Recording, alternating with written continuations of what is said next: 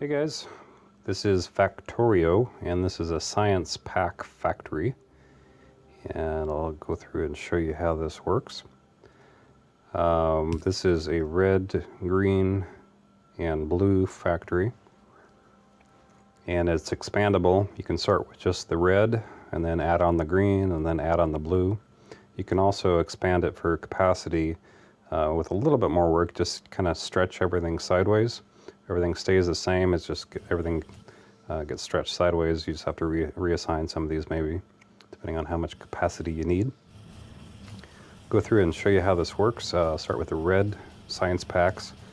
They just need a copper plate and a gear. Gear is made here, put on this track here. Copper plates are grabbed from above, and then the finished red vials are placed up above to go up to the science area.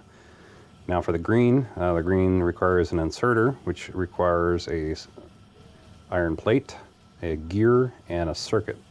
Circuits are made back here. I've got this doubled up because I need more capacity since I'm doing all three. But you could start out with probably just a circuit and a copper cable and then expand it as needed. You notice I'm being very careful to keep each item on its own side of a track. You never really want to mix up items on one side of a track because it just causes major headaches. So anyway, the circuits come down here. They're grabbed by this long-handled inserter, and the new inserters are created and placed on this track here to go down to be picked up by the green vial assemblers. The track, what do you call it? The transporter belts are created here with an iron plate and a gear. And that's it for the gears. The gear belt stops here. It's no longer needed.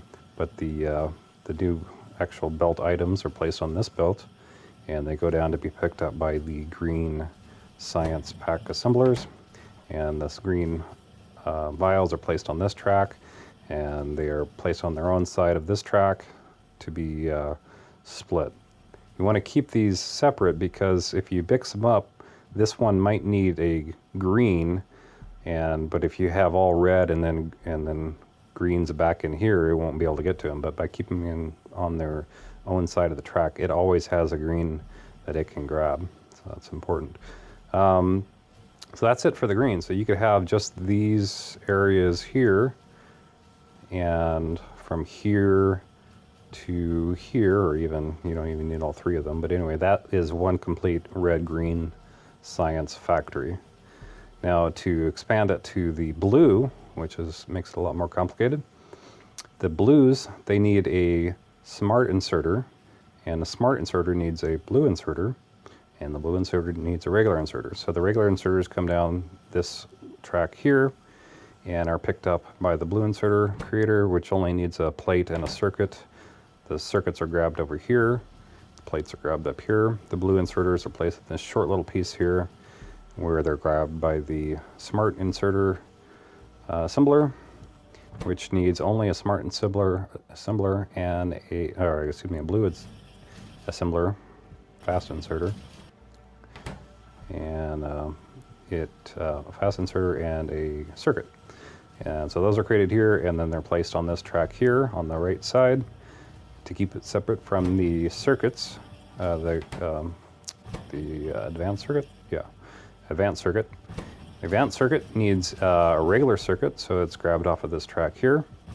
It needs a coil or a copper cable, and it's grabbed off of this same track with its own side. And then it needs plastic bar, which is grabbed here. This comes from my refinery way the heck over on the other side of the land. And it's grabbed there, and then the completed advanced circuits are placed on this track up here, and on the far side of the smart inserters. And then the Science Pack 3 blue assemblers, they need a battery, an advanced circuit, and a smart inserter, and a steel plate. So the batteries are grabbed here, and the advanced circuits are here, and there are no steel plates because I forgot to hook up the furnace over here. So let's do that real quick. Put that on there. I had moved this down to get a little bit more capacity for circuits and copper cable. So the steel, what do you call them? The steel bars? Is that what they're called? Steel I-beams? There it is. Steel plate. Oh, that's not right. It's not a steel plate.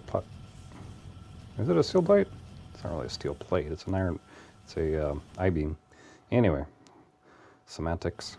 So anyway, the I-beams, steel plates, come down here where they're grabbed by the blue assemblers. They're missing some now, but let's go ahead and insert some in here just to see it actually working, which is always nice. All right, so the blue science packs are being created here. They go on their own track here, and they head up here to be split off, and the science labs, they can grab either a blue with the long cinders or the red or green with the short ones.